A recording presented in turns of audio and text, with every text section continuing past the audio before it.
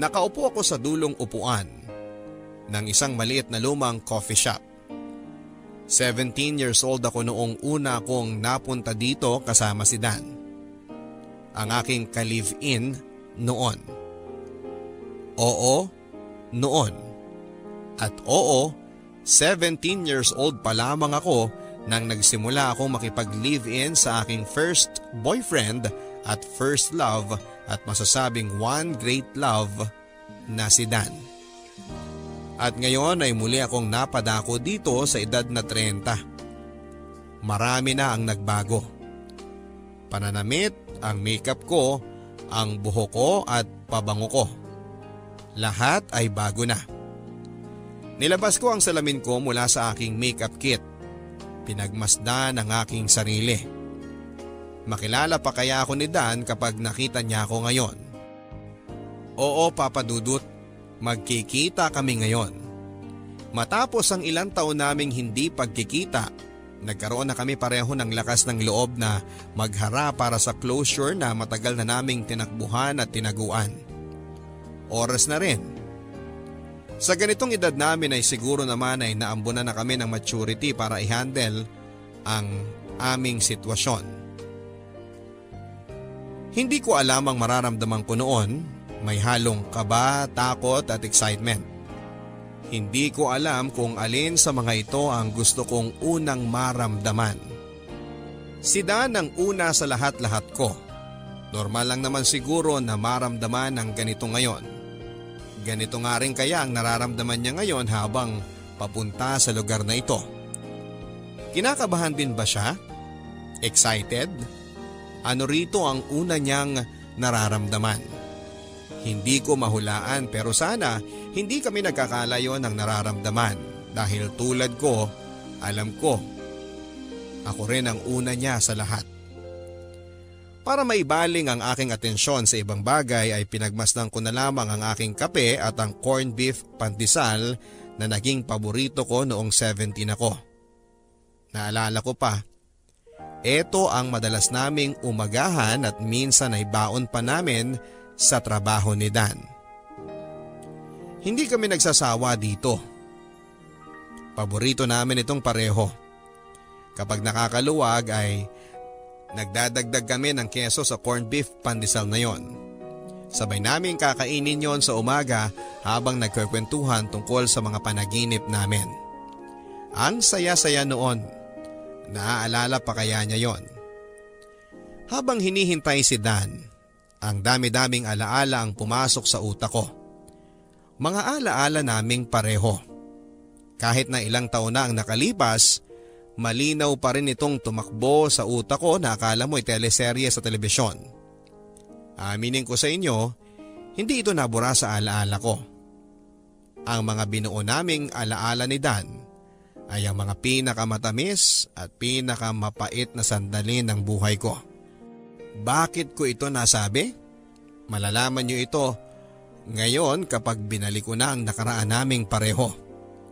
Ako po si Rosie at 17 anyos noong nagsimulang makipag-live-in. At eto ang aming kwento. Rosie! Rosie! Patulong naman! Oh, saan mo naman nakuha ang mga monoblock na yan? Binili ko sa mall. Binili sa mall? Ha, lokohin mo pa ako. Tingnan mo ngang ang dumi-dumi oh. Pudpud na yung mga pa tsaka puro gasgas yung ibabaw. Joke lang. Binigay ni Aling Karing. Aling Karing? Yung kapitbahay natin na may karinderya. Magpapalit na raw ng mga upuan. Kaya pinamigay na niya yung iba. Itong dalawa na nga lang inaabutan ko kasi naunahan ako ng mga nasa kabilang kanto na suki niya. Walang mesa? Ito na nga lang yung naabutan ko eh. Di bale, kapag nagkapera na tayo, bibili tayo ng mesa at mapapalitan natin yung mga monoblock na upuan na yan na mas bago at may parang, ano ba yun? Yung parang kutsyo na mauupuan? Hayaan mo. Basta masipag lang tayo makakabili tayo kahit sofa pa yan. At TV. At ref? Tapos maraming pagkain yung ref. Bibili tayo ng magkakaternong baso at plato. Tapos yung kutsara tsaka tinidor na yung makakapal talaga. Hindi yung sobrang nipis na nakakasugat na ng dila kapag sinusubok. Tapos, bibili tayo ng marami pang merienda natin, no? Ay, puro pagkain na nasa utak mo, ah. Ikaw kaya una nagsabi ng pagkain, sinundan ko lang eh. Ay, yung tiyan ko. Oh. Mukhang kailangan mo na nga ng merienda. Ikaw ba naman mapagod katutupi ng mga damit na pinalondre kanina? Tingnan natin kung di mag-rally mga bulati mo sa tiyan. O sige na. Dahil alam kong napagod ka sa trabaho mo, di ililibre kita ng pandesal na may corned beef. Tapos ipagtitimpla pa kita ng matapang na kape. May pera ka pa dyan? Sa tingin ko kasya naman to basta wag na lang tayong kakain sa gabi. Ay, wag ganun. Ipanggabihan na lang natin yan. Joke lang. Meron pang natitira, huwag ka mag-alala. Magkano lang naman yung gagastusin sa meriende. Isipin na lang natin na pang-celebrate natin yun. Pang-celebrate saan? Sa pagsisimula natin sa buhay, magka-live-in. Sa pagsisimula natin sa forever? Sa pagsisimula natin sa forever. 16 years old kami noong nagkakilala kami ni Dan. Pareho kaming helper noon sa isang laundry shop pero umalis din ako kaagad kasi mas malaki yung sahod sa nakita kong trabaho sa isang bentahan ng mga segunda manong mga damit sa palengke. Naiwan doon si Dan dahil wala pa itong mahanap na trabaho. Mas malaki naman ang kinikita niya doon kesa sa akin. May extra rin siyang trabaho sa pagbabantay ng parking lot na parehas na may-ari ng laundry shop. Bukod sa tip na natatanggap niya sa mga nagpa-park, libre pa ang kanyang agahan at tanghalian na bigay ng amo niya. Tapos kapag Sabado at Linggo ay nakaka-extra pa itong maging delivery boy sa mga furniture at appliance malapit sa amin. Samantalang ako ay libre na ang aking tanghalian sa bago kong pinagtatrabahuhan. Minsan kapag malaki ang naibibentang mga segunda manong gamit, ay binibigyan ako ng aking amo ng pamasahe ko. Sapat na ang kinikita naming pareho para magsama na pareho. Kaya nung naging 17 years old kami, ay nagdesisyon kaming magsama na. Bukod sa makakatipid kami ng renta, ay makakasama pa namin ang isa't isa sa pang-araw-araw. Alam kong bata kami noong nagsimula kami sa pagli-live-in. Wala pa sa tamang edad pero wala namang kumontra dahil una sa lahat ay wala namang kaming parehong pamilya na magsasabi sa amin na hindi kami pwedeng magsama. Hindi ko alam kung plano ba to ng Diyos. Planong pagtagpuin kaming pareho na iniwan ng mga magulang namin at sa mga batang edad ay natutunan namin na buhayin ang aming mga sarili. Pareho din kaming 8 years old noon. Base sa kwento sa akin ni Dan ay iniwan siya ng kanyang ina sa poder ng kanyang tiyuhin. Sabi mag-a-abroad daw pero hindi naman pala totoo. Sumama ito sa isang lalaki at doon tumira sa Mindanao. Wala na rin kasi siyang tatay at maagang namatay ang tatay niya dahil sa sakit sa atay. Wala din naman silang perang mag-ina kaya tinanggap na nila na hanggang doon na lang ang buhay ng kanyang ama. Hindi na nila nilaban pa. Ang tiyuhin niya ay isang Kristo sa isang sabungan. Madalas ay sumasama siya para matuto dahil ang sabi ng tiyuhin niya balang araw ay ipapasa sa kanyang trabahong yon. Pero hindi na nangyari yon. Dahil nung minsang nagkagulo at nagkainitan sa sabungan ay nasaksak ang tiyuhin niya. Mula nga noon ay wala nang tumulong bumuhay sa kanya. Palipat-lipat siya ng bahay na pinagkakatulungan para lamang may makain, kahit wala ng sahod. Bata pa lang ay naabuso na siya sa pagtatrabaho. Ako naman ay iniwan din ako ng aking nanay sa poder ng aming lola. At hindi ko na alam kung bakit niya ako iniwan. Mabait ang lola ko. Mahal na mahal ako noon. Sa akin na umikot ang mundo niya dahil wala na rin naman akong lolo na kasama niya sana sa pagpapalaki sa akin. Lahat ng gusto ko basta makayanan niya ay ibibigay niya. Sana nga ay hindi niya ako sinanay sa ganitong buhay dahil nung na-stroke ito ay dito na ako nagsimulang mahirapan. Hanggang sa namatay na lamang ito. Hindi ko alam ang gagawin ko noon. Basta ang alam ko, nagdasal ako ng nagdasal na sana sa lamay ng lola ko ay bumalik na si mama para kunin ako, pero nailibing na nga ang lola ko at lumipas pa ang ilang araw, pero ni anino ni nanay ay hindi ko nakita pa. Hanggang sa ampunin ako ng aming kapitbahay, hindi para gawing anak nila, kundi gawing kasambahay. Parehas na parehas kami ng naging buhay ni Dan noon. Pareho kaming nagtrabaho sa maagang edad. Pareho kaming nawala ng pamilya sa maagang edad. Parehas na parehas kami. Kaya naman noong nagkakilala na kami ay hindi namin pinakawala ng isa't isa. Ang mga katulad namin ang nagsasama talaga.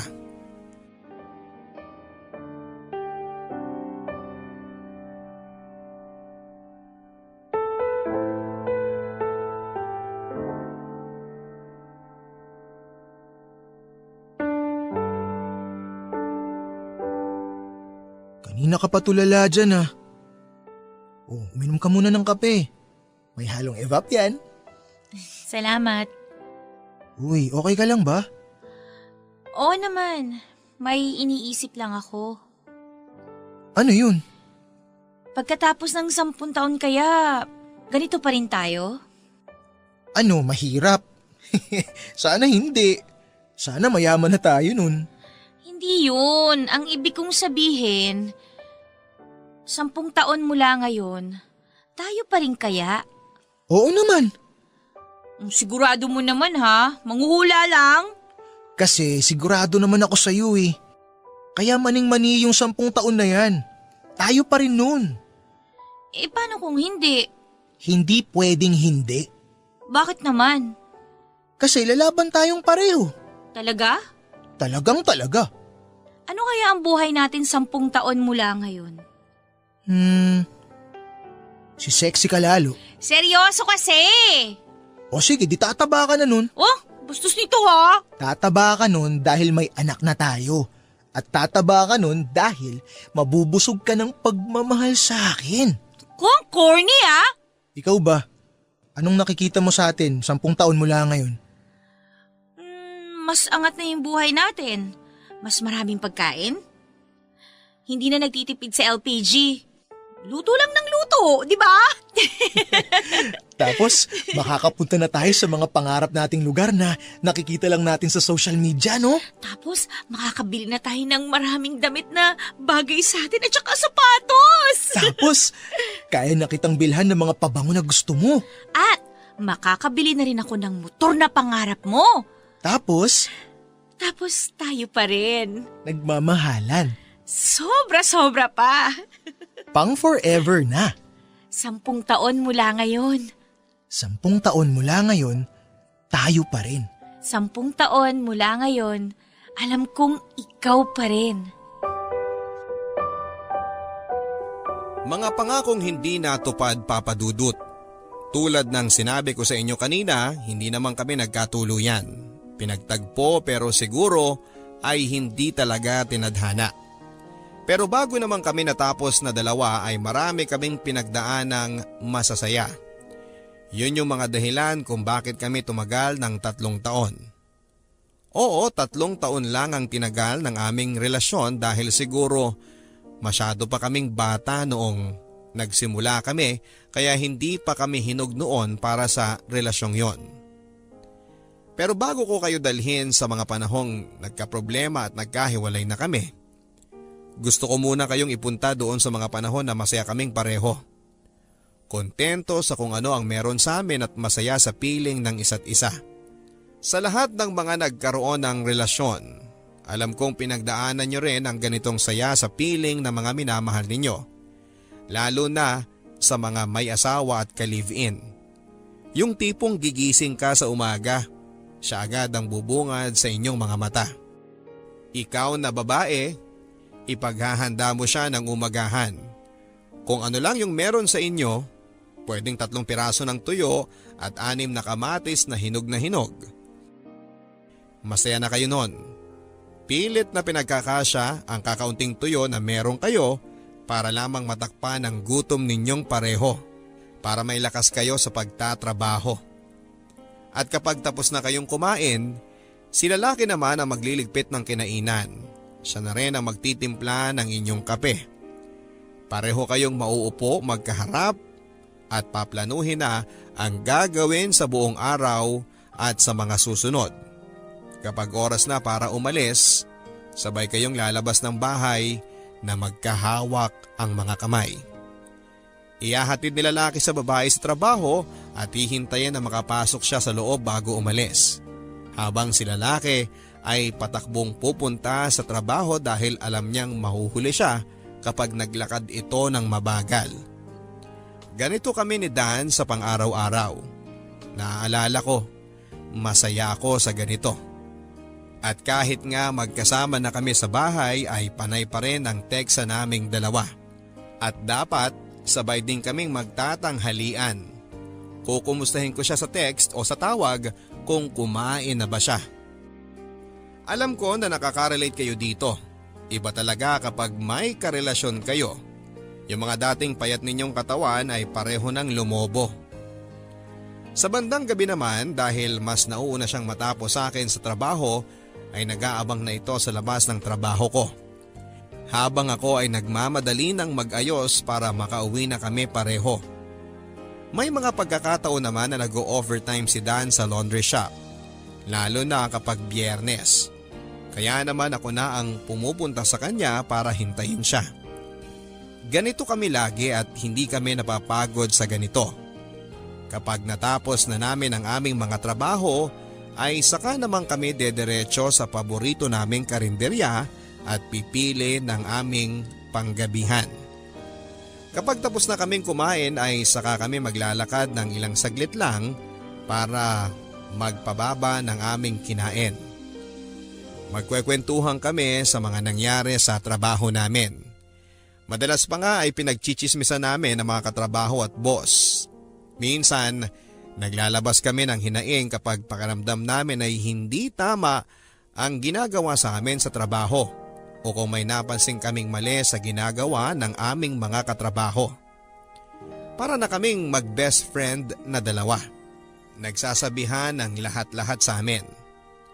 Kapag naubos na ang aming kape, ipagpapatuloy pa namin ang pakikinig sa radyo. At kapag naramdaman na naming babagsak na ang aming mata, ay saka kami papasok. Dala-dala ang tasa at ang aming radyo. Kapag maayos na kaming pareho at nasiguro na naming maayos ang bahay, ay saka kami matutulog na. Habang nakabukas ang radyo, magkayakap kaming dalawa. At bago tuluyang managinip ay hahalikan muna namin ang isa't isa. Kailangan pa rin kasi naming magtipid dahil nag-iipon pa kami ng pambili namin ng mga gamit. Kulang-kulang pa kasi ang inuupahan namin. Maliit lang naman ang boarding house namin. Gawa lang yon sa kahoy at yero na kung saan ay rinig namin ang bawat ganap sa kalsada dahil sa sobrang nipis ng bahay. Wala namang kaming magagawa kasi eto ang mura. Ito lang yung kasya sa mga sahod namin. Ang balak na lang namin ay pagandahin ito gamit ang mga kasangkapan na balak naming bilhin. Nagtitingin-tingin na kami ng mga second hand na ref. Marami daw nagbebenta nito sa bandang Cubao at swak sa pera namin. Siyempre, bibili din kami ng mas makakapal na kutsyon. Dahil yung kutsyon na gamit namin ay yung pang iniwan ng dating boarder doon. Manipis na ay nangangamoy pa. Pinagtitiisan na lang namin at pinapaarawan kapag wala kaming ginagawa. Binabawi na lang namin sa makakapal na kobre kama na nabili ko ng mas mura sa pinagtatrabahuhan ko. Marami pa kaming dapat bilhin at alam ko kapag tinitingnan ako ni Dan, ramdam niyang gusto ko nang buuin ang bahay naming yon para maaliwalas na sa paningin namin.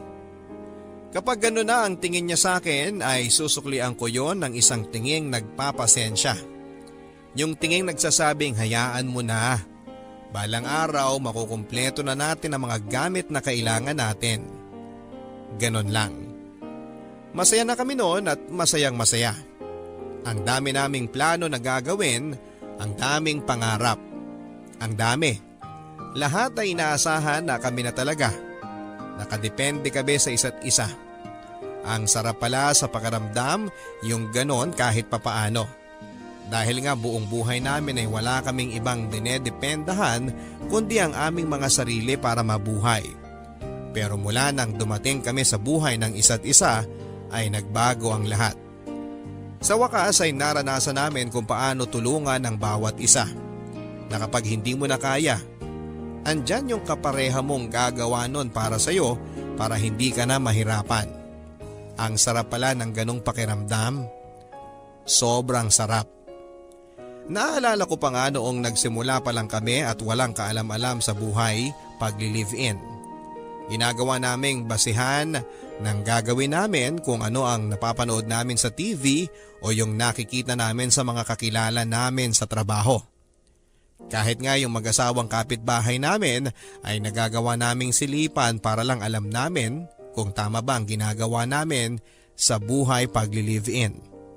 Mula sa pag-aalaga ni Mrs. kay Mister, kung paano niya ayusin ang idadamit nito sa umaga bago pumasok sa trabaho, kung paano tamang humalik, pati yun ay inaral naming dalawa papadudot para maging legit na mag-asawa kami. Pero kahit na anong gawin namin, ay may mga tao pa rin hindi kami tanggap sa ganitong sitwasyon. Minsan isang gabi, bandang 10:00 na yon, nang naglalakad kami pauwi galing sa barbecuehan ay sinita kami ng mga tanod na nasa lubong namin. Palibhasa bukod sa itsura naming totoy at nene, ay ang katotohanang 17 pa lamang kami. Sinita kami noon at tinakot na idadala kami sa barangay hall kung hindi kami tatakbo pauwi dahil baka hinahanap na kami ng mga magulang namin. Umiling kami at sinabing wala kaming mga magulang. Tumahimik lamang sila at sinabing umuwi na lamang kami. Pero nung dinagdag pa namin na mag-asawa kami ay napabulalas pa sila ng tawa at hindi naniwala sa amin. Pailing-iling pa silang naglalakad palayo sa amin. Rinig na rinig namin ang pangiinsulto nila sa amin at ramdam na ramdam ko ang guhit ng sakit noon sa pride at puso ko. Pero niyakap ako ni Dan at hinalikan sa tuktok ng aking ulo. Noon naman ay nawala lahat ng alinlangan at galit sa akin at ito ang alaalang binabalikan ko sa tuwing nararamdaman kong kontra ang mundo sa aming relasyon. Ang relasyon namin ay hindi naman laging puro paru-paro at bahaghari. Tulad ng ibang relasyon ay may mga pinagdadaanan din kaming problema na nire-resolba namin oras na salubungin kami nito. Kadalasan naman ay mga simpleng hindi pagkakaintindihan lamang, tulad ng sino ang dapat maglinis ng CR o kaya naman ay bakit nagmamantika pa rin ang lababo. Pwede ring pag-awayan ang mga langgam sa mesa dahil sa hindi tinapong supot ng chicherya. Ganon lang. Minsan mga pinag-aawayan pa namin kung sino ang nakahulog ng sabon sa kubeta at hindi inahon pa. Mga ganyang away na alam naman naming pareho na nangyayari hindi lang sa amin kundi sa iba't ibang tao din. Ito yung mga away na pinagpapasensyahan na lang para hindi na lumala pa. Mga maliliit na bagay na dapat ay pinag-uusapan bago matulog sa gabi para maaliwalas ang paggising sa umaga. Mula noong nagsama kaming dalawa ni Dan sa bahay ay pansin ko ang pagiging makalat nito at pabaya. Naiisip ko na lang na palibhasa ay lalaki kaya ganun siguro. O baka naman dahil walang nakalakhang magulang na magtuturo sa kanya kung paano nga ba ang maglinis ng bahay at mga kalat. Swerte ko na lang at kahit ini-spoil ako ng lola ko ay naturuan pa rin ako nito sa mga gawaing bahay. Ang rason kasi ni lola ay babae ako. Huwag daw akong aasa na tulungan ako ng mapapangasawa ko sa pag-aayos ng bahay dahil ang trabaho ng mga lalaki ang magdala ng pera na gagastusin sa pang-araw-araw. Noong bata ako ay tanggap ko na ang ganitong prinsipyo ni Lola. Pero nung lumaki ako at nagkaroon na rin ng trabaho ay dapat patas pa rin sa gawaing bahay. Hindi lang si babae ang maglilinis. Hindi lang si lalaki ang maglalagay ng pera sa bahay. Dapat ay laging patas. Pero sa lagay namin ni Dan ay mukhang hindi siya open sa konsepto na yon. Dahil kahit pareho kaming kumikita, parang ako pa rin ang gusto niyang magtrabaho at maglinis ng bahay. Dan! Ano ba naman to? Oh, bakit? Ano yun? Eh di ba sabi ko naman sa'yo, kapag tapos ka na sa pinagkainan mo, hugasan mo naman kaagad. Alam mo namang nakatago lang yung mga langgam sa sulok-sulok ng kusina eh. At saka naghihintay lang na maruming mangkok eh. Eh kasi hinihintay nga kita na dumating at kumain muna para sa, para isahang paghuhugas na lang ng plato para di sayang yung tubig. So ang lagay, ako pa rin yung maghuhugas pagkadating ko, ganon. Eh, mas magaling ka namang maghugas kaysa sa akin eh. Kahit pinagkainan mo man lang, ano ba naman? Eh kapag ako naghuhugas tapos mamantika, magagalit ka rin kaya mas maganda na ikaw na lang. Kaya nga ang sabi ko, aralin mo kung paano yung tamang paghuhugas ng plato para naman hindi mamantika. Eh, late bloomer ako sa mga ganyan eh. Di ko na mapag-aaralan pa yan. Da naman! Baka kahit aso, turuan ko maghugas kapag sinaulo niya ay magagawa niya. Ikaw pa kaya? Bakit kailangan mo ikumpara ako sa aso? Eh hindi kita kinukumpara. Ang sa akin lang naman, sana marunong ka rin sa mga gawaing bahay. Kasi hindi naman pwedeng ako na lang lagi yung gumagawa dito. Pero di ba babae ka? Kaya dapat ikaw ang gumagawa ng mga ganun. Oo nga, babae ako. At may trabaho katulad mo para makapagbigay ng pera sa bahay na to. Nireklamo ko ba sa'yo yon? Huwag na natin pag-awayan yan, please. Sige na, ako na maghuhugas. Magpahinga ka na at huwag ka na mabunganga. Hindi ako magbubunga nga kung tama yung ginagawa mo. Kaya nga, sorry na, di ba? Huwag nang pag-awayan, di ba? Ay nako, ewan ko sa'yo. Lagi ka nalang ganyan. Kahit mali mo, pilit mong ipinapasa sa akin para ako yung magmukhang masama. Rosie! Saan ka pupunta? Gabi na!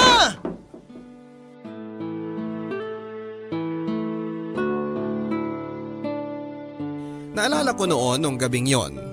Naglalakad-lakad lang ako sa barangay namin at hindi alam kung saan pupunta. Medyo kinakabahan dahil baka may mangyaring hindi maganda sa akin, pero dahil kinain na ako ng aking pride ay nagtuloy-tuloy na lamang ako sa paglalakad.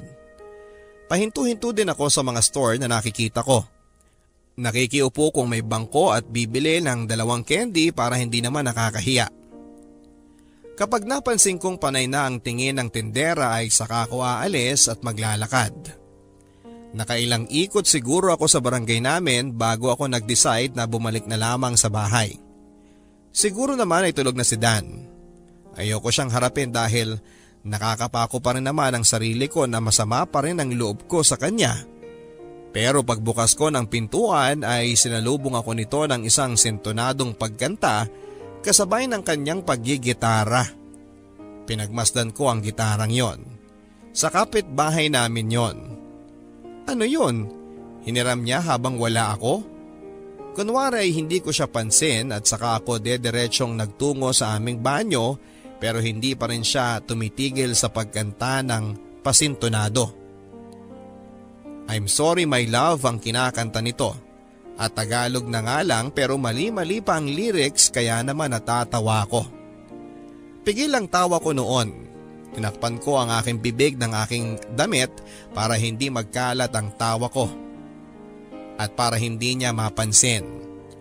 Pero hindi ko na napigilan pang mapahalakhak ng pumiyok ito sa kalagitnaan ng kanyang pagkanta at doon ay alam kong wala na akong magagawa pa kundi ang lumabas na.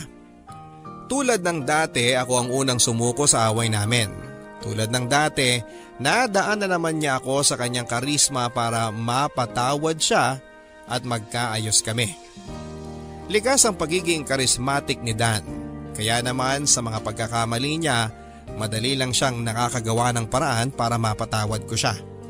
Yun ang nakakainis dahil hindi ko magawang maglagay ng pride sa pagitan namin kapag nagkakaroon kami ng problema. Dahil alam kong anumang oras may pangtunaw siya sa pride na yon. At ako naman ang talo. Siya na naman ang panalo. Sa dulo naman kasi lagi kong nare-realize na maliit na bagay lang ang pinagtatalunan namin. Wala namang masama kung ibagsak ang pride at magpatawad na lamang kaysa yung pagsisihan namin habang buhay na hinayaan naming masira ang aming relasyon dahil sa maliit na bagay na ito. Kaya bawat problema na kinakaharap namin, pilit na lang naming iniintindi. Bawat problema na sumasalubong sa amin, tinatakbuhan na lamang namin. Kadalasan, yung mga maliliit na problema na ito na binabaliwala namin ay hindi naman talaga nabibigyan ng solusyon. Naiisang tabi na nga lang talaga at para sa amin ng mga panahon na yon ay ayos lang basta hindi lang ito mapag-awayan. Pero mali yon, maling-mali. Rosie, Kanina pa kita hinahanap. Saan ka ba nagpunta? tingnan mo to. Nakasil kanina sa mall. Nagpunta ka ng mall? Oo, kasi inutusan ako ni boss na bumili ng pyesa para sa nasirang dryer eh. O tapos? Tignan mo to. Nakabili ako ng sapatos na gusto ko. Mukhang mahal yan ah. 3.5 yung original price nito. Pero nabili ko lang ng 2.2 dahil nga naka-sale. Mahal pa rin. Minsan lang naman, Rosie. Alam mo namang pangarap ko tong sapatos na to. Wala ka nabanggit sa akin na bibili ka ng ganyan. Tsaka, maayos pa naman yung sapatos mo ah. Oo, maayos pa naman pero dapat may kapalitan to para di mabugbog at masira. Kaya nga bumili ako ng bago. Pwede ka naman bumili ng mas mura. May tigti 300 na fake na ganyan ano. Kuhang-kuhang design, ano ka ba? Pero fake yun. Madaling masira tsaka masikip sa paa. Pero alam mo yun lang ang kaya natin, di ba? Bakit? Kaya ko naman bumili ng ganito kamahal na sapatos ah. At saan ka naman kumuha ng pera dyan? Sa akin. Dan? Okay, kinuha ko muna yung parte ko sa mga naipon nating dalawa. Ano? Papalitan ko rin yun, promise. Pera lang yun. Pera na pinaghirapan nating dalawa. Pinaghirapan ko rin yung ginastos ko para sa sapatos na to. O ngayon? Ngayon, gusto ko naman matikman yung gusto ko. Pero paano yung gusto nating dalawa? Yung mga gusto nating bilhin gamit dito para sa bahay. Makakaipon tayo ulit, promise. Mabilis lang yan. Kung kailangan kong maghanap ng ekstrang trabaho, sige gagawin ko. Hindi yun yung gusto kong puntuhin dito, Dan. Nakaplano na yung pera na yun para sa mga bibilhin nating gamit dito, di ba? Yung ref, yung sala, at saka yung dining set, plato, tsaka yung kalan. Oh, paano na yung mga yun? Di pa naman natin kailangan yung mga yun eh. Anong hindi natin kailangan doon? Di naman tayo masyadong kumakain dito sa bahay dahil di ka naman marunong magluto masyado. Talaga bang... Kaya di na natin kailangan ng ref para pag-imbakan ng mga pagkain. Kung gusto mo ng malamig na tubig, edi bumili tayo ng yelo sa kapitbahay. Tres lang yun. Dan, ano ba namang... Yung sala set, okay pa naman tayo sa monoblock na nahingi ko, di ba? Oh, tsaka meron naman tayong naremedyohang lamesa para pagkainan natin. Bakit pa tayo bibili ng mga yun? Kaya pa naman. Labo mo, Dan. Plano natin yun eh. At alam mong mas importante yun kesa dyan sa sapatos mo. Bakit? Mapapalamig ba niyan yung karne na bala kong iimbak sa ref, ha? Mauupa ko ba yan tulad ng sofa na gusto ko? Diyan ba ako kakain kapag nagugutom ako? Pwede bang maglabas ng apoy yan kapag magluluto na ako? Sumagot ka! Ewan ko sa'yo! Kinuha ko lang naman yung parte ko ah! Kung gusto mong bumili ng mga gamit na yon, edi gamitin mo yung natirang pera. May 2,000 pa ron. Kung ano-ano pinagsasabi mo. Hindi yun sa 2,000 lang eh! Ano? Ayoko na makipag-away sa'yo! Oh, saan ka na naman pupunta? Tulad ng dati, ang solusyon ay ibalibag ang pintuan. Kung patuloy kami sa argumentong yon, hindi kami matatapos. Hindi rin kami parehong mananalo dahil alam naming parehong may sasabihin ang bawat isa. Kailangan ko lang sigurong magpalamig. Baka mamaya ay kakalma na ako. Tulad din siguro ng dati, pag uwi ko, may nakahandang pasori si Dan sa akin. Pero sa pagkakataong yon ay binahayan din siya ng pride at hindi niya ginawa ang ginagawa niya sa akin dati kapag nagkakaroon kami ng away.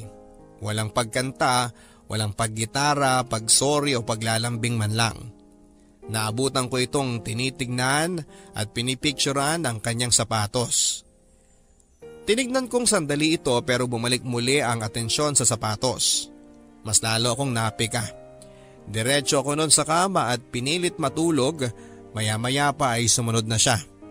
Akala ko noon ay yayakapin niya ako para mag-sorry na pero tumalikod ito hanggang sa nakatulog na.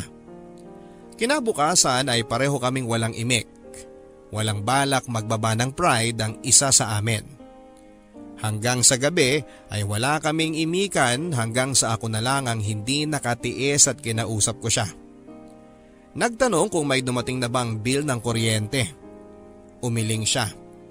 Doon na kami nagsimulang mag-usap na parang wala lang nangyari nung nakaraang gabi. Na isang tabi na naman ang problema. Patay mali siya.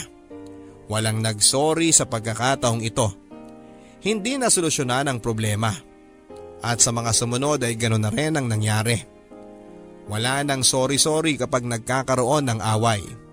Basta na lang tatanggapin na ganoon talaga. Hindi mag-aargumento at hindi na lang mag-uusap at iimik kapag pareho ng malamig ay saka mag-uusap tungkol sa ibang bagay na kunwari ay walang ibang nangyaring problema. Ganon kami. Pero mali yun. At dahil nga nasanay kaming pareho na iisang tabi ang mga maliliit na problemang ito, ay hindi namin napansin na magdudulot pala ito ng isang bagsakang problema sa amin. Dahil naipon ito ng naipon ay hindi namin napansin na sinisira na pala kami nito ng paunti-unti. Hindi ko rin alam kung paano kaming umabot ng 3 taon na puro problema at hindi pagkakaintindihan. Mas lalong hindi ko alam kung paano kami tumagal na isinasantabi na lamang ang mga dapat ay sinusolusyonan. Mahal ko siya. Alam ko na mahal pa rin niya ako.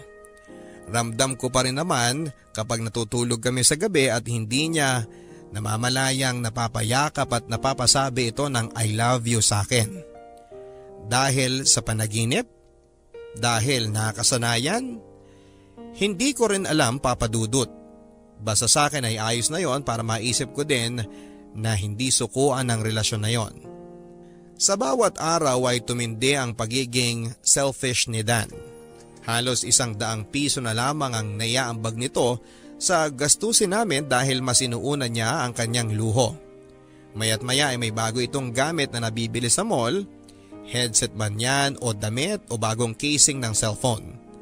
Nakahanap din ito ng kainuman tuwing Sabado na nagiging dahilan para hindi ito makabangon ng maaga para makapag-date kaming dalawa. Pero okay lang, pinalagpas ko yon.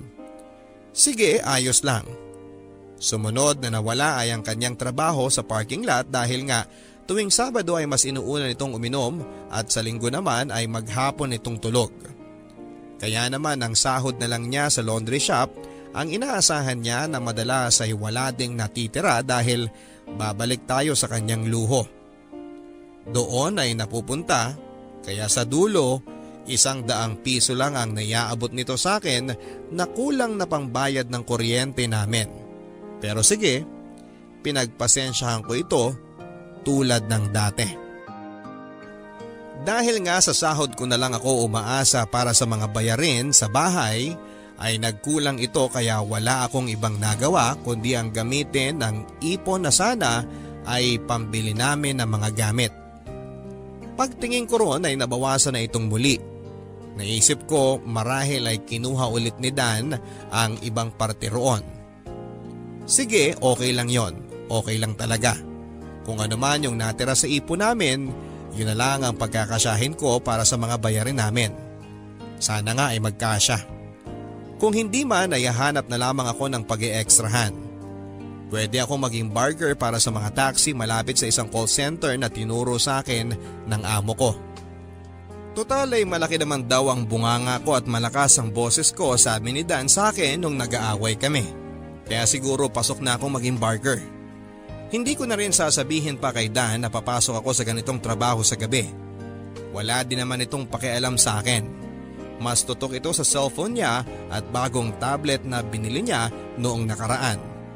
kesa yung alamin kung anong ganap sa akin at alamin kung kaya ko ba ng pera ko na buhayin kaming pareho. Unti-unti ay nabago ang routine naming pareho, Papa Dudut. Yung dating pagsundo niya sa akin sa trabaho ay hindi na nangyayari pa. Basta uuwi na lang ako at madadatnang ko siyang nakahilata sa kama at ang pinagkainan niyang pinagpiestahan na ng mga ipis at langgam. Parang na-refresh ulit ang utak niya at nawala ang nakasave na usapan namin na wag hayaang may maruruming pinagkainan sa lababo. Pero sige, ayos lang. Para wala ng away ay hindi na ako magsasalita pa. Hindi na ako magbubunga nga pa. Irereserba ko na lang ang boses ko sa pagtawag ng taxi para sa mga ahente. At least doon ay kikita pa ako.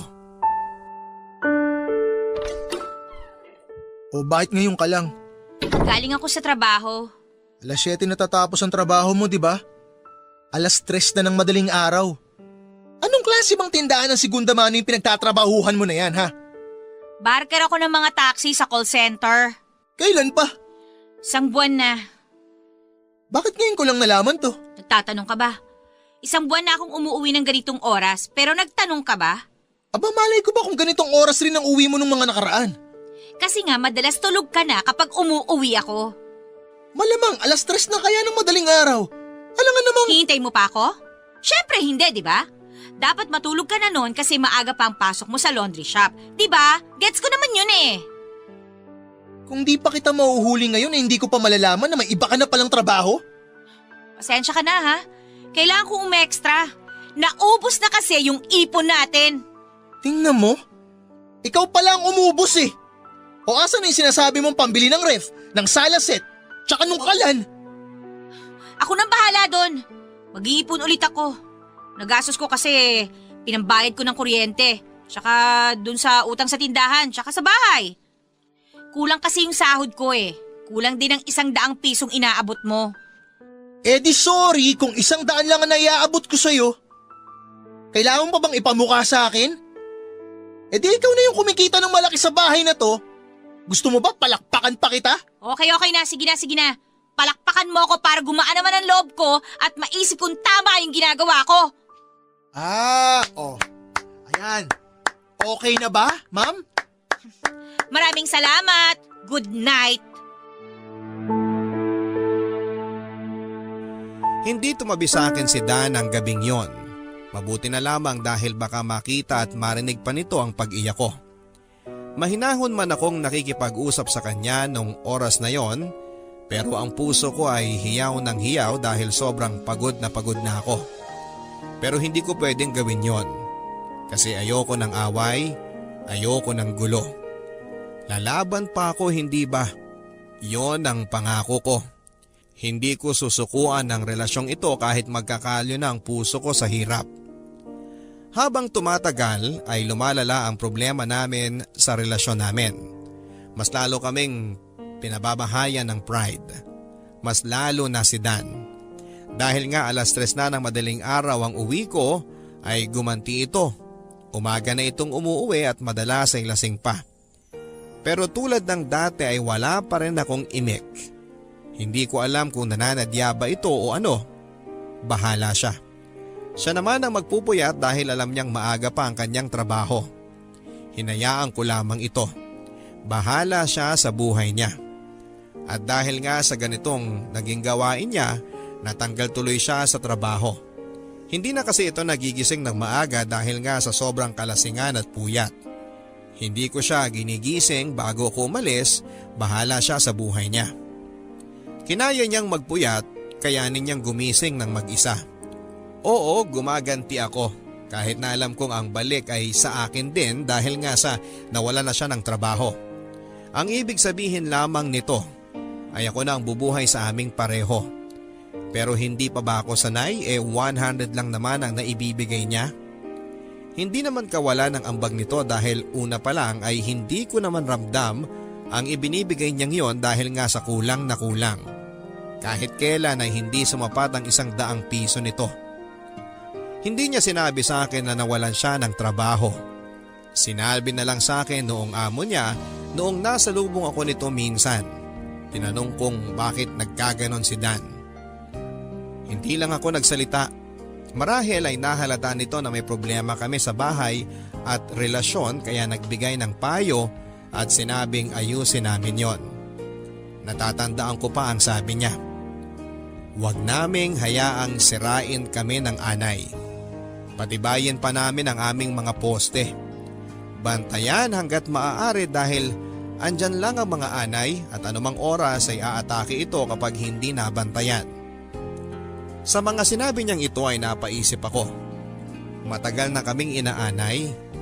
Matagal nang inaanay ang mga poste ng relasyon namin. Aayusin pa ba namin yon? May pag-asa bang maayos? O tulad ng ginagawa ng iba sa mga inaanay na poste at kagamitan, sirain na lang bago madamay ang iba.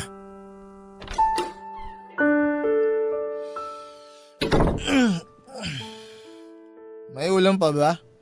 Wala. Di naman ako nagluto.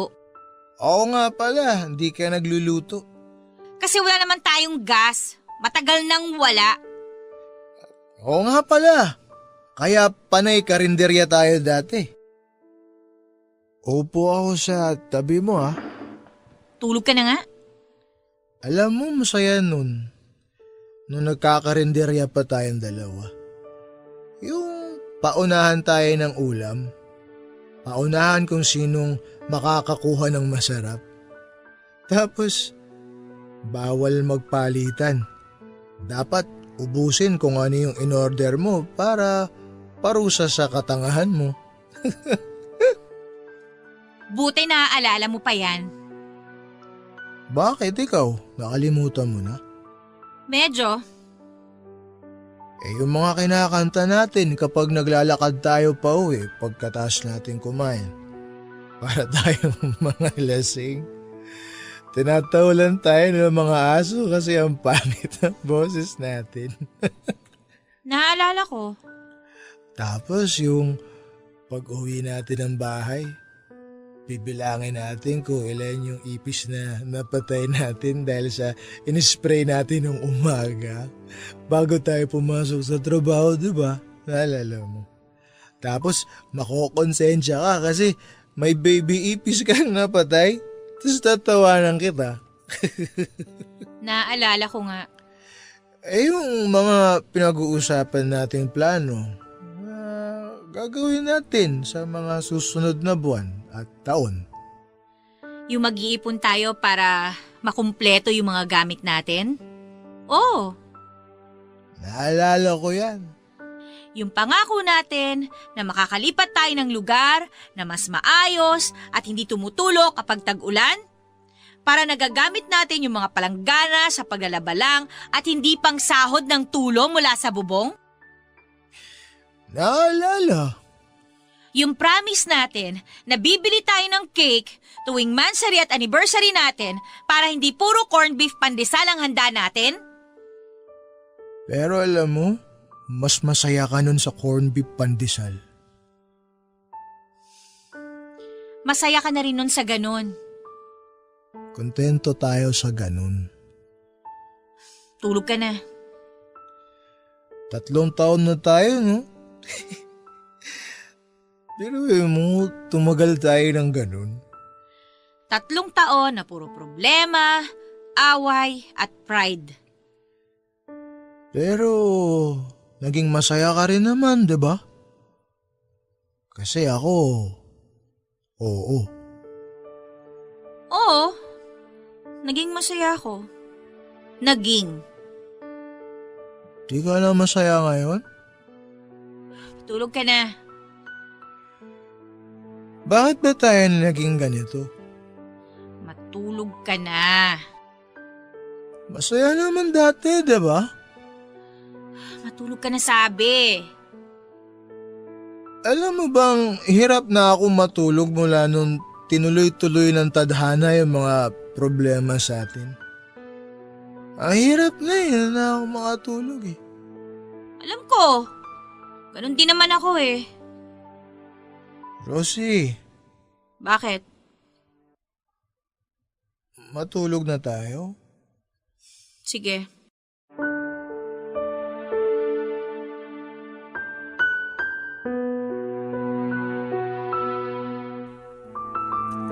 Sabay kaming nahiga sa kama. Sa mga unang minuto ay nagpakiramdaman kaming dalawa kung sino ang unang magpapatalo sa antok. Nakapikit kaming pareho pero ramdam ng bawat isa sa amin na hindi pa kami dalawin ng antok. Siguro 2 oras ang lumipas bago may isa sa amin ang bumigay na sa tulog. Si Danyon. Habang ako ay mulat na mulat at nakatitig sa kanyang mukha. Sa mukha na minsan ay ginusto kong tignan sa bawat minuto. Yung mukhang ilang taong kong minahal at ninependahan ng kasiyahan. Yung mukhang akala ko ay makikita ko ang pagbabago dahil magkasama kaming tatanda pareho. Pero hindi na yata yon mangyayari. Dahan-dahan akong umalis ng kama at sinigurado kong hindi siya magigising. Tinignan ko ang orasan, 30 minutos na lamang marahil ay aakyat na rin ang haring araw. Kailangan ko nang bumangon hindi dahil may pasok pa ako, kundi para isagawa ang matagal ko nang pinag-isipang gawin. Tinungo ko ang kusina, nagpainit ng tubig para sa kape sa lumang rice cooker namin. Yung rice cooker na konti na lang ay hindi nagagana pa. Yung rice cooker na pinagpapainitan na lang ng tubig, pampaligo at pangkape dahil hindi naman kami nakabili ng bigas para magluto. Sinaling ko ang ibang mainit na tubig sa termos. Baka kasi maisipan ni Dan na magkape pagkagising niya.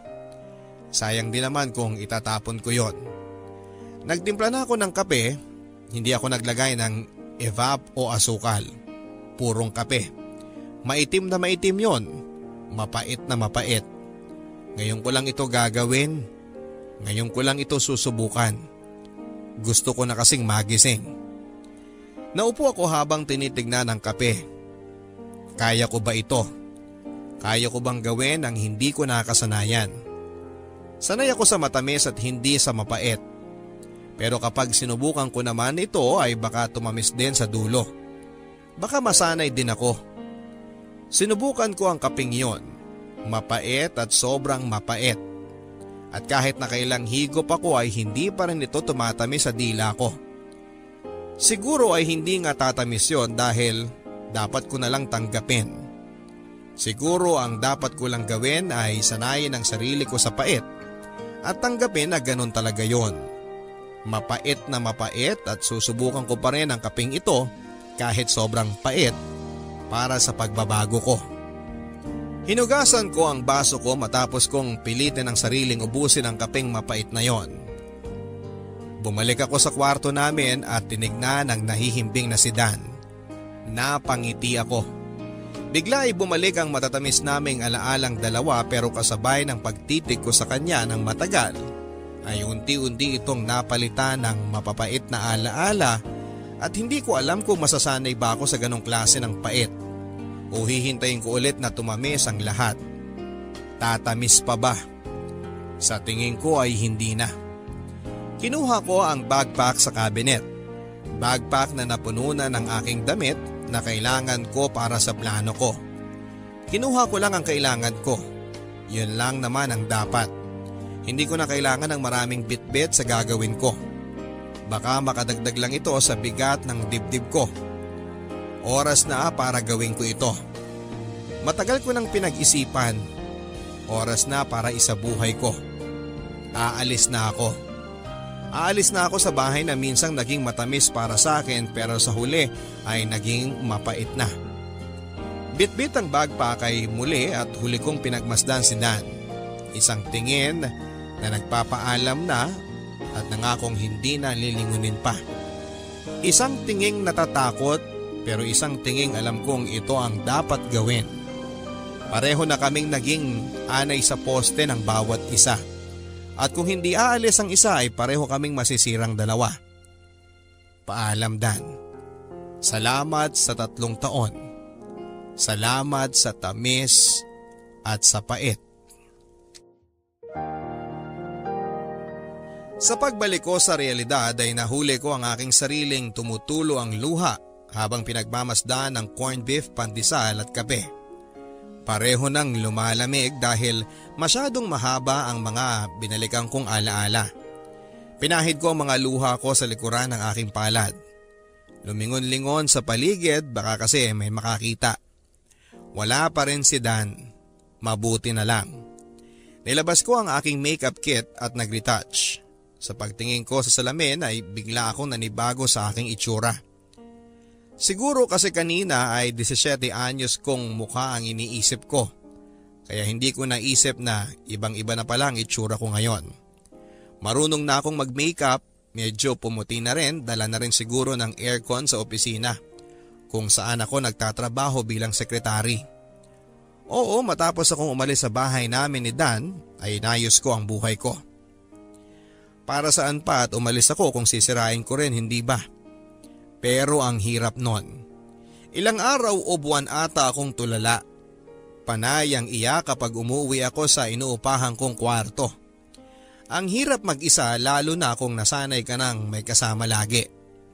Naisip ko nga noon na kaya ko namang mag-isa, hindi ba? Bata pa lang ako ay natutunan ko na yan, pero nag-iba ang lahat ng nakilala ko si Dan. Sa kanya ko dinepende ang lahat. Ang sarap sa pakiramdam pero mali pala. Kaya para mawala ang lungkot ko ay sinubukan kong makipagrelasyon sa isang lalaking ibang-iba kay Dan. Dahil baka sakaling dito ay tumama na ako. Baka kasi hindi katulad ni Dan ang para sa akin. Nakipagrelasyon ako sa isang lalaking matanda ng 20 years sa akin. Isang byudo pero may maliit na negosyo at masipag. Hindi katulad ni Dan na wala nang trabaho ay tamad pa. Marunong din sa bahay, hindi katulad ni Dan. Basta lahat-lahat ay ibang-iba kay Dan. Akala ko kasi ay dito ako magiging masaya pero mali pala. Sa dulo kailangan din naming maghiwalay dahil hindi ako masanay. Nakakatawang isipin na sa piling pa rin ni Dan ang gusto kong puntahan para maging masaya. Pero tapos na eh. Tapos na. Naalala ko pa na ilang beses akong sinubukang hanapin ni Dan. Nakailang beses itong nag-text at tawag bawat araw. Ang haba ng kanyang mensahe sa akin na halos hindi ko na binabasa. Bura agad. Ayaw kong maging marupok dahil alam kong nasa tamang direksyon ako. Nagpalit po ako ng bagong number. Neto na lang din akong sumubok na gumawa ng Facebook account dahil alam kong hahanapin ako ni Dan sa Facebook. After 10 years, kung kailan talagang nakapag-move on ako. Oo, 10 taon ang inabot. Naisip ko nga gaano kaya siya katagal bago nakapag-move on. Kailan siya nagkaroon ng GF ulit after ko? Maganda kaya ang babaeng yon? Mas maganda kaya sa akin? Mas mabait? Mas maunawain? Nabago ba niya si Dan? Mas minahal ba niya ito? Yon ang mga tanong sa utak ko na nagpapasama sa puso ko. At ang mga katanungang yon ay isa-isa nang masasagot sa pagkikita namin ni Dan ngayon. Hinanap ko siya sa Facebook, Papa Dudut.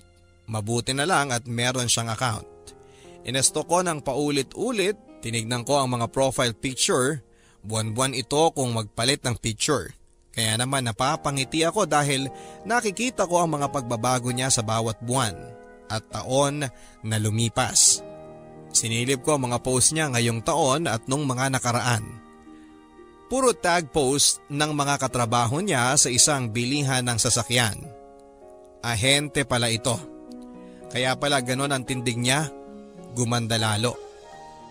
Pinuntahan ko ang kanyang messenger at hindi pa ito online pero nag-iwan ako ng mensahe at sinabing gusto ko siyang makita.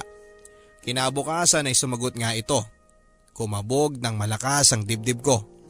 Nagkasundo kaming pareho na magkita sa isang lumang coffee shop na pinupuntahan naming dalawa noon. Tinanong ko ang sarili ko, handa na ba talaga ako? Oo, bulong ng puso ko. Ilang sandali pa ay muli na namang lumakas ang kabog ng dibdib ko nang mapatingin ako sa pintuan ng coffee shop. Pamilyar sa akin ang pumasok. Kahit 10 taon na ang lumipas ay pamilyar pa rin siya sa akin. Lumaki man ang katawan pero alam kong siya pa rin ang lalaking yon. Umayos ang pananamit, siya pa rin yon. Nagkabigote at balbas, siya pa rin yon at bumagay ito sa kanya. Naging mabuti rin ang panahon sa kanya. Dan, maswerte ka. Hi, Hi, kumusta ka na? kumusta ka na? Ako una nagtanong, di ba?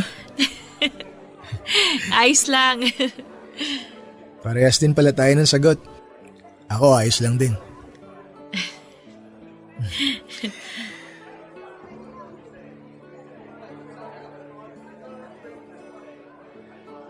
10 years. Oo. Wow. Ang tagal na pala, no? Kaya nga eh. Parang kailan lang magkasama tayo nun sa bahay tapos... Nag-aaway. Bago yung mga away, masaya tayong magkasama. Karinderya dates natin, no? Oo, yung mga date natin sa park noon tapos meron lang tayong lalagyan ng kape. Yun lang yung baon natin. Solve na tayo. Tapos may candy sa bulsa. Pantawid gutom, ano? Correct. 10 years na pala yun, no? Wala nung iwan mo ako? Oo. Napatawad mo na ba ako? Ako. Napatawad mo na ba ako? Ako yung unang umalis at sumuko. Hindi ba dapat ako yung nagtatanong niyan? Pero... ako naman yung dahilan kung bakit ka umalis at sumuko. Kaya... ako ang magtatanong sa'yo nun. Oo, Dan. Kung ako naman ang tatanungin mo, oo, syempre. Napatawad na rin kita.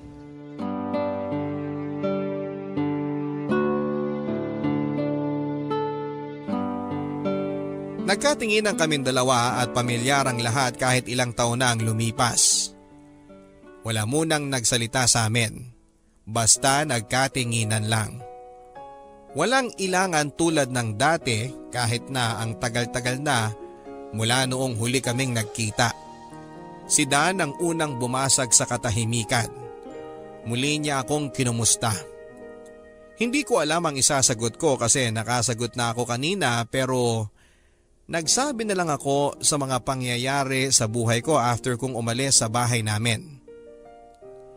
Nagpakatotoo ako. Sinabi ko na hindi ako nadalian sa buhay na wala siya sa buhay ko. Tahimik siyang nakikinig. Matagal-tagal na rin naman at oras na rin para ilabas yung mga nangyari sa ilang taon naming nagkalayo. Ang sabi ko ang daming gabi na hindi ako makatulog dahil hindi ako sanay na walang yumayakap sa akin.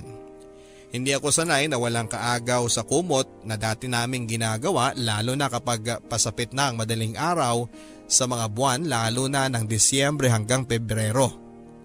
Matagal din akong hindi tumikim ng kape.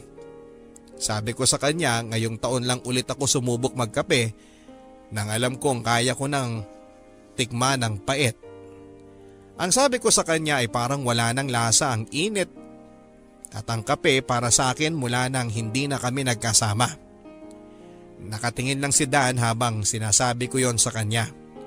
Hindi ko alam kung ano ang tumatakbo sa utak niya. Ganon din ba siya? Tulad ko ay nahirapan din kaya siya? Oo, yun ang sagot niya. Nahirapan din siya noong nawala ako sa buhay niya. Ang kwento niya sa akin noong gumising siya bandang tanghali na akala niya ay pumasok lang ako sa trabaho kaya hindi naman siya kabado na wala na ako. Wala siyang kaalam-alam. Uminom pangaraw siya kasama ng kaibigan niya. Umuwi siya madaling araw tapos ay napansin niya na wala ako. Kaya natulog na lang siya. Nang magising siya ay wala pa rin ako. Naisip niya na baka hindi niya namalayan na dumating ako ng madaling araw at hindi na rin niya namalayan na umalis ako papunta ng trabaho. Wala siyang kaalam-alam na wala na pala ako. Lumipas ang 3 araw na ganon. Saka pa lang niya nahalata na wala na nga ako. Doon ay sinubukan niya akong hanapin, kontakin pero wala. Para daw siyang mababaliw noon. Hindi ko makain ng maayos, parayang inom at sa huli ay umalis na rin siya sa dating bahay namin dahil alam niyang hindi niya mababayaran ng upa doon para sa susunod na buwan at wala nang dahilan para manatili pa roon dahil wala na nga ako. Napakagatlabi ako sa mga pag-amin niya. Tinatanong ko siya kung ano ang naging gamot niya para makalimot. Umiling siya basta ang sabi niya isang araw ay tinanggap na lang daw niya na wala na ako. Hindi na ako babalik. Doon niya sinubukang bawiin ang dating siya. Ayusin ang dating siya. Marami itong sinubukang trabaho, naging janitor at kung ano-ano pa at sa awa ng Diyos ay nakapasok siyang ahente ng sasakyan sa tulong ng dati niyang pinagtrabahuhan na gusto siyang matulungan. Tinulungan siya kung paano makabenta ng mga sasakyan at kung ano ang dapat gawin. Nahirapan siya nung una dahil wala naman siyang ideya sa mga ito. Pero nung naisip niyang kailangan naman niyang ayusin ang buhay niya ay inaral niyang mabuti ang lahat ng aspeto. At heto nga, maayos na siya. Masaya na, napangiti ako habang nagkukwento siya. Natahimik kaming muli at hindi ko alam kung sino sa aming dalawa ang nagsimula ulit magtanong. Nagkatinginan at nagkangitian. Parang hindi na kailangan magtanong pa at ungkatin ang nakaraan. Hayaan na lang namin yon kasi kahit na ano naman ang paghalungkat namin sa dati ay hindi na yon mahalaga sa ngayon dahil magkakaiba na kami ng buhay. Magpasalamat na lang kami na naging parte kami ng kahapon ng bawat isa. Alam ko na sa isip ninyo dapat ay magtanong pa dahil kailangan ng closure. Pero para sa amin ay matagal na kaming nagkaroon ng closure. Yung pagtanggap na hanggang doon na lamang ang relasyon namin. Para sa amin ay yun na yung closure na kailangan namin. Bale, saan ang lakad mo ngayon yan? Mag-grocery lang ako. Masyado ata maaga natapos yung pag-uusap natin Hindi naman kasi kailangang pahabain pa eh.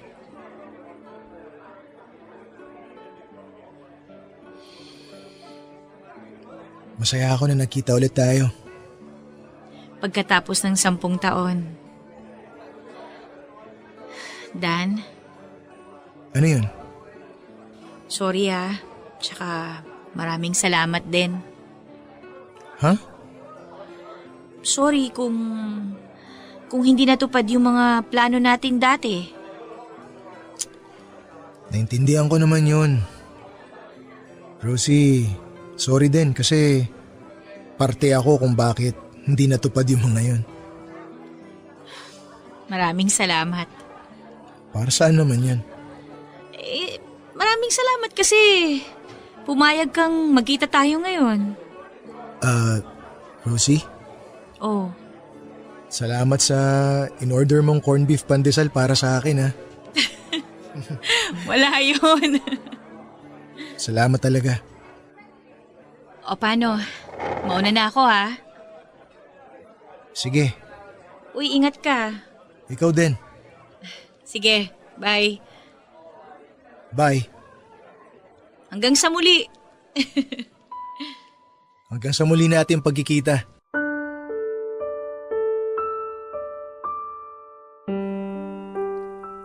That's it.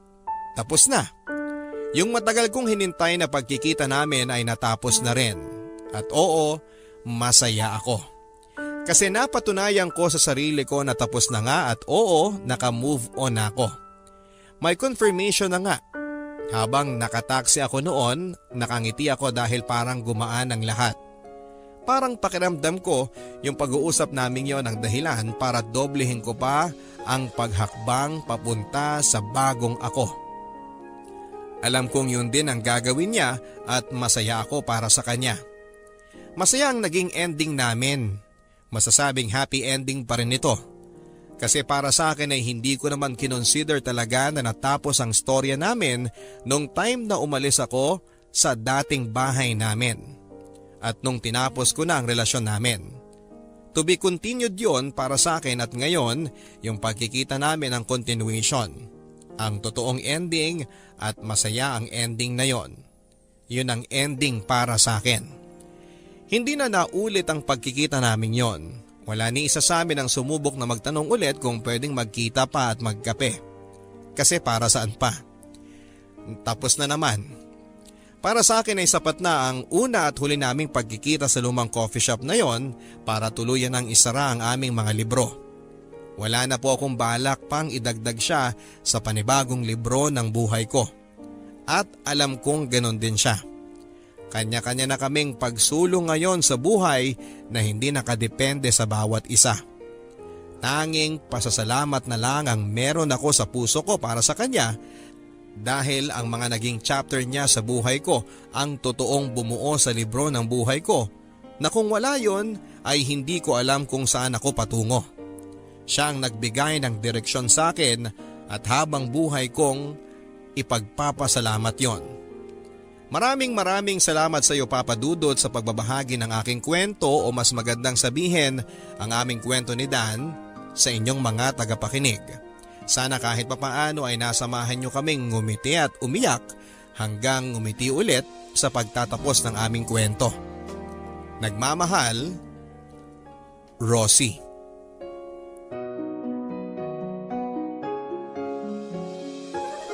Sa pagsasama nilang dalawa mga kaibigan ay mas nakilala nila hindi lamang ang mga sarili nila kundi mas nakilala nila ang katotohanan na hindi nga sila para sa isa't isa. Sa naging relasyon po ni Dan at ni Rosie ay hindi man ito nagtapos na magkasama sila pero ramdam naman nating sinubukan po nila. Tulad ng ibang relasyon, umasa rin sila na matatapos sila sa forever pero sa realidad natin, kapag hindi na po kaya, sukuan mo na at yon ang naging desisyon nila sa dulo ng kanilang kwento. Hindi man ito ang plano pero kusang tadhana na ang nagtulak sa kanila para tapusin na ito. Ang kwento ni Dan at ni Rosie ay minsang naging kwento ninyo ng karelasyon nyo. Maraming pagkakaiba, hindi pagkakaintindihan, gulo, pero minsan ding tamis at lambingan. Pare-pareho man tayong may mga pinagdaanan sa relasyon pero magkakaiba tayo ng ginawang desisyon. Sina Dan at si Rosie ay piniling tapusin ang kanilang relasyon. Pero kayo, ano ang naging desisyon ninyo?